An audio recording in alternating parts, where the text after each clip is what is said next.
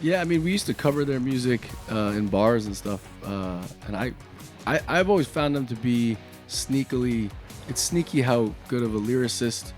I don't know if it's Noel or Liam that's writing it. I'm assuming it was Noel for a lot of it. Yeah. I was just always fascinated by how sneaky the writing is. It's like so universal, and it's so hard to do that.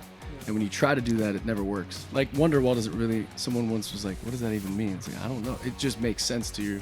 It speaks to your soul. You know what I mean? Yeah. So Why to Denver, by the way? The rest of America. It was just serendipity. A couple of friends were moving out there, and they said they had room for a couple of roommates in this house and room to rehearse.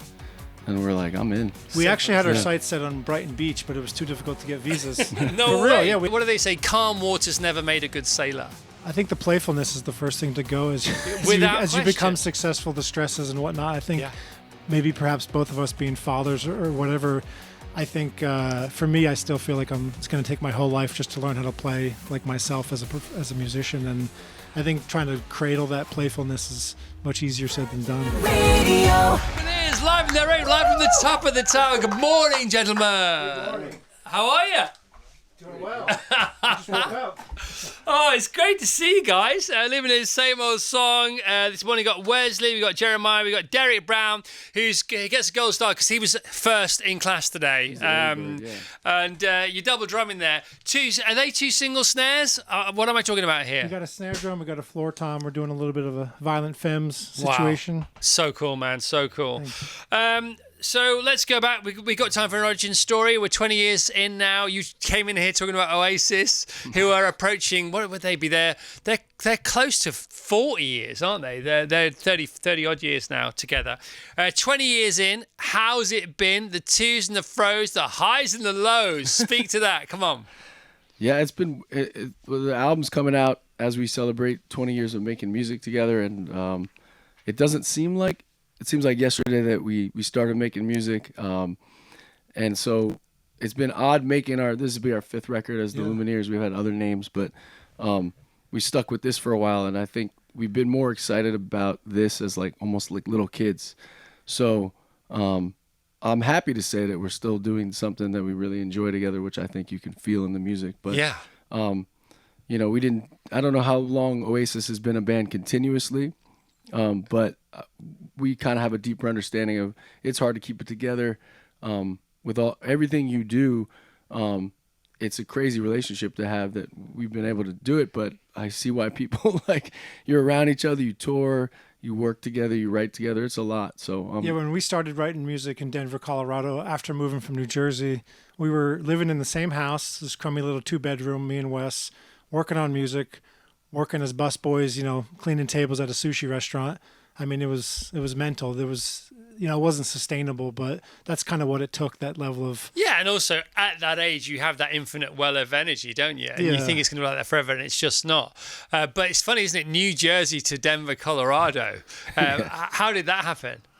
New York was like so oppressively expensive that when I moved there, like, right before we ended up moving to Denver, and I realized that I was going to be either a really good barista bartender or I needed to move because that was all I could barely make the rent. So moving to Denver at that time was a lot more of like an affordable place to play music and tour, which was the whole impetus behind it. But all our friends, I think, and our family thought we were quitting music. We're like, no, this is the only way we can do it is to leave this place we really love and we wish...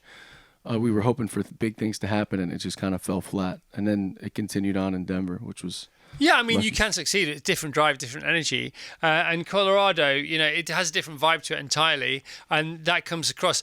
It's funny because we had Franz Ferdinand on the show on Friday, and their new album is so good, as is your new album. And I said, it sounds like you're getting on, because they haven't always got on as a band, and they talk about it. They're quite happy to talk about it. They said, you're so right.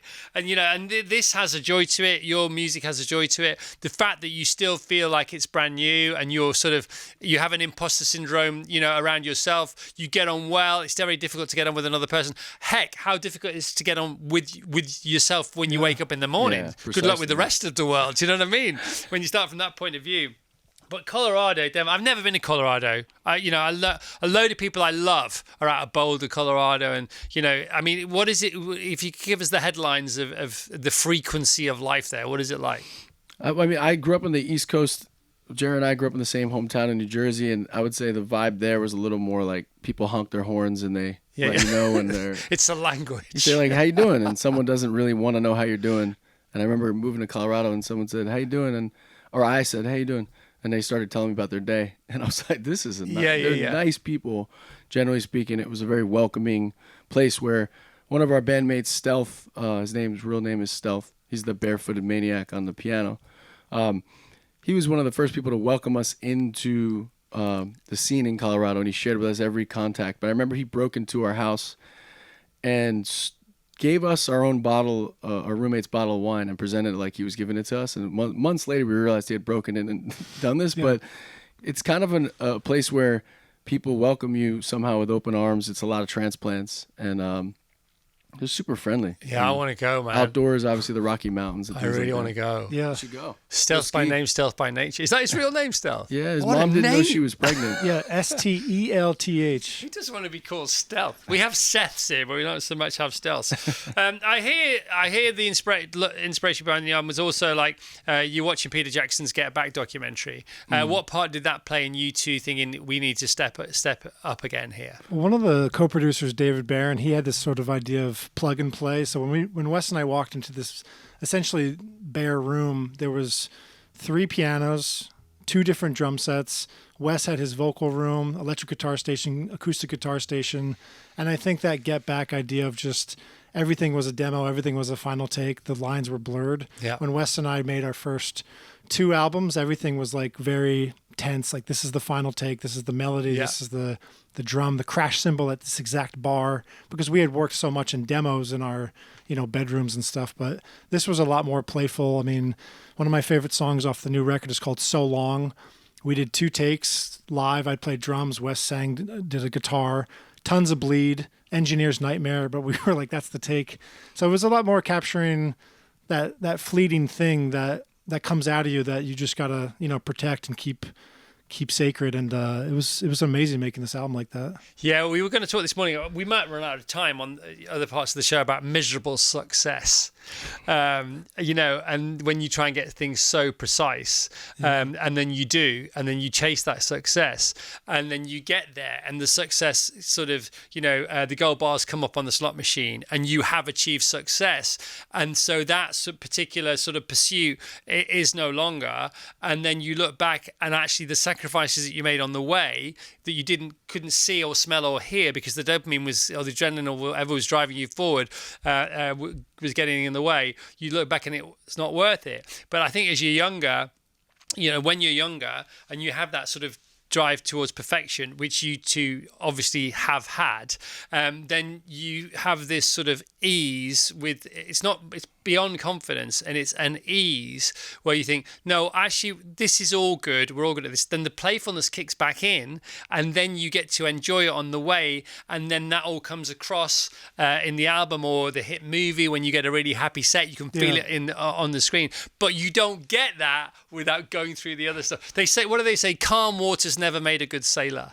Yeah. That kind of thing. That. You know what I mean? Do you recognize that? Yeah, I think the playfulness is the first thing to go as you become successful, the stresses and whatnot. I think maybe perhaps both of us being fathers or whatever, I think for me, I still feel like it's going to take my whole life just to learn how to play like myself as a musician. And I think trying to cradle that playfulness is much easier said than done, but it's important. Well, it's beautiful. And this mood, isn't it? This energy you're going to take on tour with you. The Lumineers.com, around Europe, you got Vienna. Who doesn't want to see the Lumineers in Vienna? Yes, please. I mean, you can go to Wolverhampton or Manchester or Liverpool, but you can also go to Vienna. It's only a Ryanair flight away, for heaven's sake.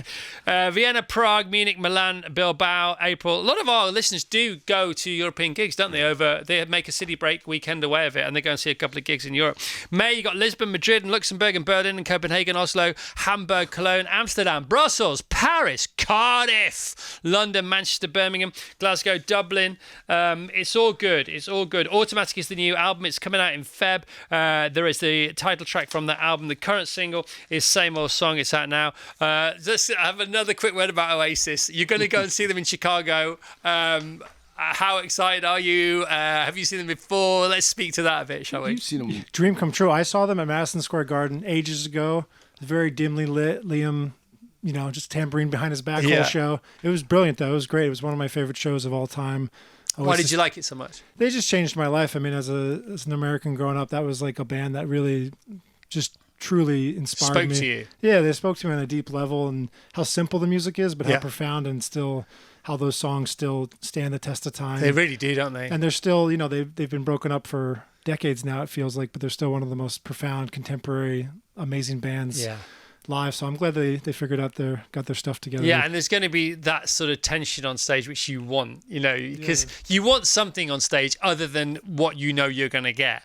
And it doesn't matter what flavour that is, as long as there's that extra thing going on. You know what I mean? What about you, Wes? Yeah, I mean, we used to cover their music in bars and stuff. And I've always found them to be it's sneaky how good of a lyricist.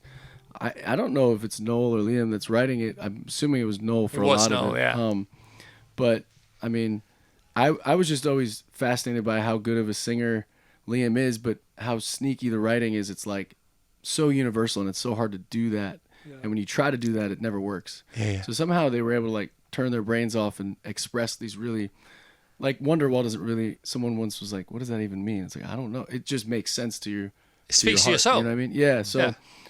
In that way, I felt like with all the sarcasm and the humor they have and the fighting, you forget sometimes how truly talented they were. Yeah, well, but it's funny, isn't it? Because the sarcasm, that's all very Beatles-esque. Yeah. That's the Beatles signature in a way, apart from the music. Well, it's great to meet you both. It's a real joy to meet you. You feel good, man. You feel good in here. Thank you. Feels right. Vassos, you're coming to the Vienna gig. We got you.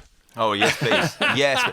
Honestly, Ho Hey is one of my favourite songs. Top 3, maybe top 1. Wow. You got it. Thank you. You got it. All right, here we go. The lead single from their self-titled debut studio album, released 2012. This track was originally written as a kiss-off to disinterested concert-goers in an effort to get under their skin. Here are the Lumineers, live from the top of the tower with Ho Hey.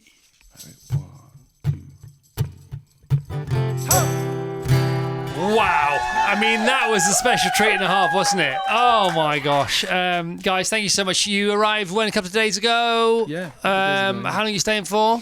About a week. Yeah. Okay. And are you off anywhere else, or are you back to America? Back home, I think, top of the next week, and then a lot of crazy promo and tour and fun stuff. Crazy promo. You got a new president going on. You got all that cheese going on. We do, yeah. We do. Will he ban the breakfast cereals or not? Will Musk have to buy TikTok? It's all going on. Plenty of future content for many, many more albums, one would imagine. Denver, Colorado. Thank goodness you left New York. Why to Denver, by the way? The rest of America. It was just serendipity. A couple of friends were moving out there, and they said they had room for a couple of roommates in this house and room to rehearse. And we're like, I'm in. We actually had our sights set on Brighton Beach, but it was too difficult to get visas. No For way. real, yeah, we actually considered that. Okay, why Brighton Beach? I studied abroad in Kingston upon Thames years ago, and I visited Brighton, and I fell in love with it. All those pebbles. All those pebbles on your feet. I was like, this would work for an artist. Especially for percussion. Yeah. It would have been inspiring, all the pain. Probably been more expensive. Yeah, right? Oddly. Wow. So Brighton or Denver? It's funny, isn't it? There's that great phrase, isn't there? If you make yourself available to life, life will make itself available to you. And somehow you heard Denver and Colorado are calling. Well, it's great to see you guys. Yeah, you too. Thanks for being here once again. For everything Lumineers, go to thelumineers.com. Brand new album on the way. Automatic, same old song out now. European tour here before you know it.